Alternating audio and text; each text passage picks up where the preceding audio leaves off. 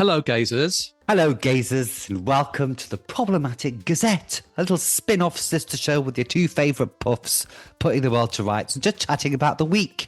And how has the week been, our Dave? The week's been fine. A lot of rain, as our want as Englishmen. We like to talk about the weather a lot, don't we? Yes, we do. So, yeah, lots of rain, but I've been out in the garden on my hands and knees today, pulling out all the weeds. Mm-hmm. I've been out in the garden on my hands and knees for a completely different reason, but let's crash on, should we? Actually, no, I haven't. Okay. I haven't. Just bear in mind our PG rating. Yes. PG for problematic gays. Well, let's be problematic, darling. So you're over at PG Towers in the Big Smoke, aren't you? I'm at PG Manor. I am indeed. London is as London ever is. We've got a looming tube strike a week after next, which is a bit of a nightmare, because obviously I'm going to be going to Shirley from Creative's wedding during the week of the tube strike.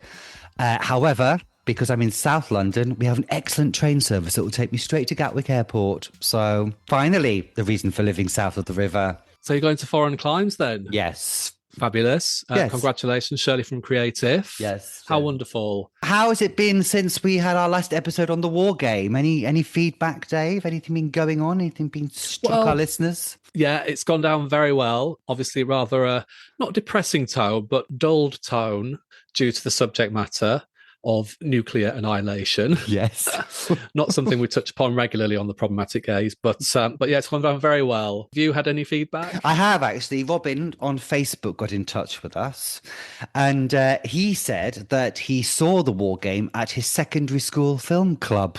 Says his teacher there running it was quite imaginative. Indeed, they did sound quite imaginative, if that's what you're giving to the kiddies for your secondary school film club this week, everybody. Going to watch 1965, The War Game.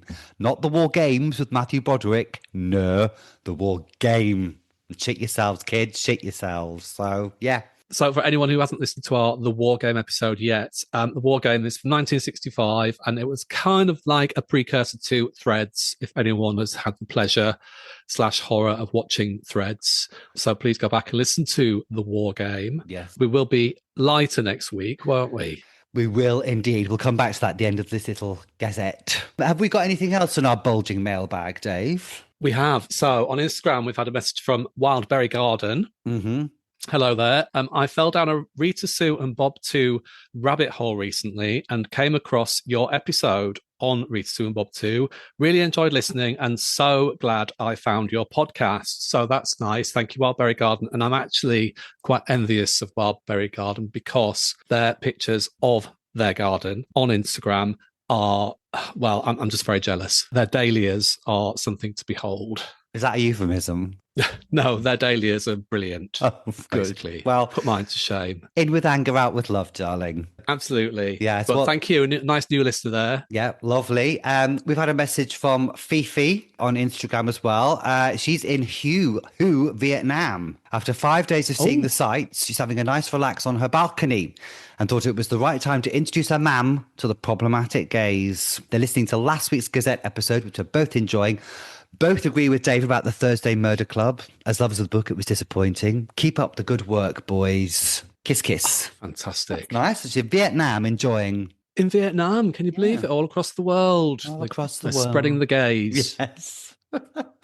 Gays are being spread. A bit like COVID. So Michelle, our superfan extraordinaire, has been in touch. Yes. Hello, Michelle. Hello, Michelle. She says, oh my God, it's just occurred to me you have to do Dirty Dancing. I've always thought Baby was so dull and Vivienne, the older bungalow bunny, was treated so badly by the script and she was brilliant and sexy and got what she wanted. Plus, as horrific as Robbie was and the whole Penny Robbie thing interesting, his relationship with Vivienne was perfect. Anyway, yeah, that's where my coffee enthusiasm went this morning. So obviously, I don't know if you've seen Dirty Dancing because I haven't. So then those names mean nothing to me, but perhaps it's one we should put on our list. I think it's definitely one we should put on the list because it is a deeply problematic film these days.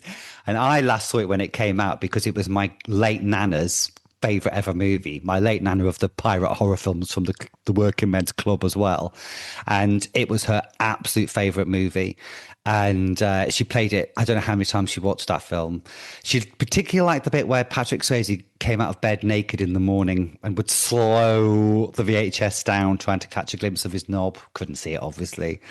And then she would repeat the line, "Nobody puts baby in the corner," along with Patrick when he says it. And she just loved it, loved it. But yeah, for sure. I saw it when it came out, haven't seen it since. Definitely one for the list. Thank you, Michelle, superfan extraordinaire. Great suggestion, honestly. Okay, let's move on to what we've been watching this week. Well, what have you been watching this week, Lee? This week, I've been getting into Department Q on Netflix. And if you're a fan of slow horses, which I am, huge fan, then I recommend it. The tone is quite similar, but it's a very different story and a very different setup.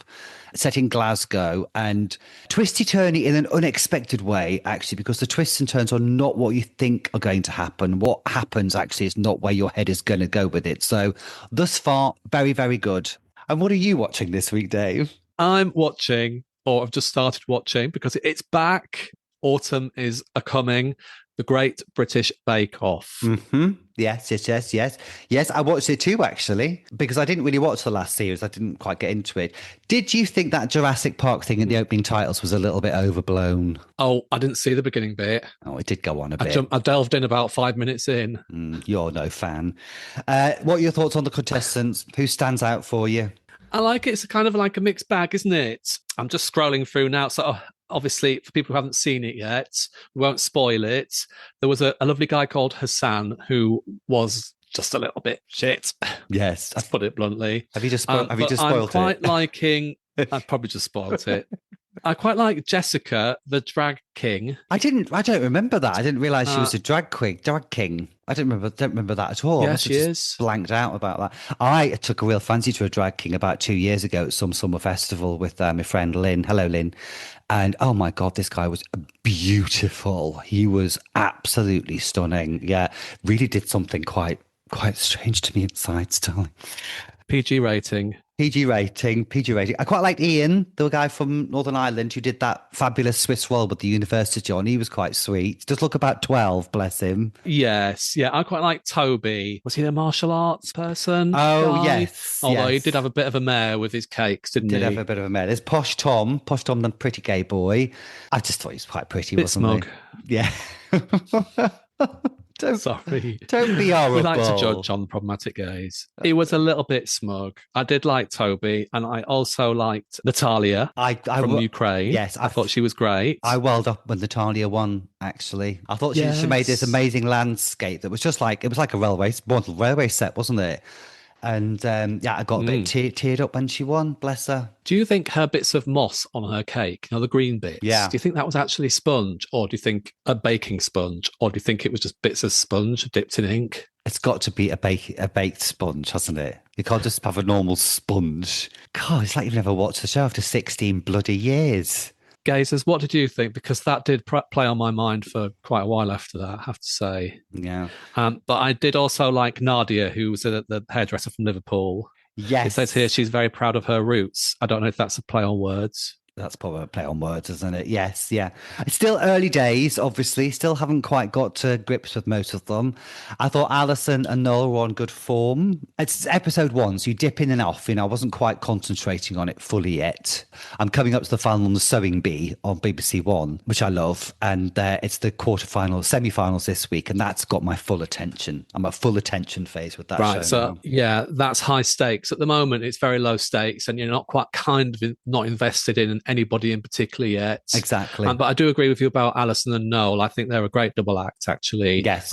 Much better than the previous incarnation, I have to say. Yeah. He who shall not be named. Yes. One little news story caught my eye, darling. Never cast aspersions and he never cast any aspersions on my sexual proclivities going forward, because I'd like to tell you the story of Dr. Neil Dr. Neil Hopper, who is a 49-year-old vascular surgeon who chopped his own legs off in order to get money on his insurance, but also for a sexual kick. I know. He basically froze his legs with dry ice, chopped them off. He was in with this dodgy website, which was basically people having amputation stuff. This was after he's performed loads of amputations on patients in hospitals. So, was he getting off every time he was doing one of those? And freezes his own legs, chops them off, and then claims back on insurance £500,000 because he got sepsis, and then bought himself a new gym. I mean, couldn't make it up. You honestly could not make it up. It is quite astonishing. He's given 32 months in jail after he pled guilty to 2 charges of fraud by false representation. This episode has taken quite a twist. I'd just like to put my own proclivities in perspective, please. Thank you. Nothing's so wrong with a sling now, is there? What did we say about what did we say? Keep it light. Keep it light. But yeah, what a fascinating story. That'll no doubt turn into a movie at some point. I guess, yeah. Look forward to that. He was interviewed on news and stuff afterwards, being how brave he was about his, and he woke up and he went, oh my God, my legs felt so different. Not surprised because you froze them to death with dry ice, you bugger. There we go. Who knew dry ice could be used for such purposes? Did you, Dave? I don't know. I'm a bit speechless, really. I don't know what else to say. I'm still trying to process the timeline for this doctor. And he's a doctor. Yeah, he was a vascular surgeon. He used to do amputations on people's legs and stuff. He spent the money. He got £466,653.81. He spent the money on a camper van, a hot tub, a wood burner, and bird building works. He did very well. He's got to give it all back, unsurprisingly. Oh, that's the risk you take when you chop your own legs off, isn't it? Nothing is certain, darling. Nothing is certain. Anyway, okay, let's move forward. Yes. So what's our next episode about again? Do you remind our listeners? The next episode is going to be it's going to be much lighter than the War Games, have to say, and much sexier. It's The Secret Diary of a Call Girl. From 2006. And when you're watching Billie Piper getting all frisky, cast your mind across to Dr. Hopper, and she's not chopping her legs off before you cast any aspersions. So, yes, there is some perspective. Okay, so yeah, please do tune in next Tuesday. That will be going live, as we say in the biz. Mm-hmm. The Secret Diary of a Call Girl. Yes. Until then, tune into our YouTube channel where you'll see all our back catalogue there, all our videos, all our podcasts, etc. And you can also find your podcasts wherever you get your podcasts, basically. We've got Instagram and we've got TikTok at Podcast Gaze. And if you want to email us, please do at theproblematicgaze@gmail.com. Yeah, and until then, everybody keep gazing, gazers. Yeah, please keep gazing, gazers. And we love to read out your comments and your suggestions. So please keep them coming in. They really do help spread the word of The Problematic Gaze. We are an independent podcast, so we do everything ourselves. That being said, till next week, Dr. Lee. Till next week, our Dave. Au reservoir. Au reservoir.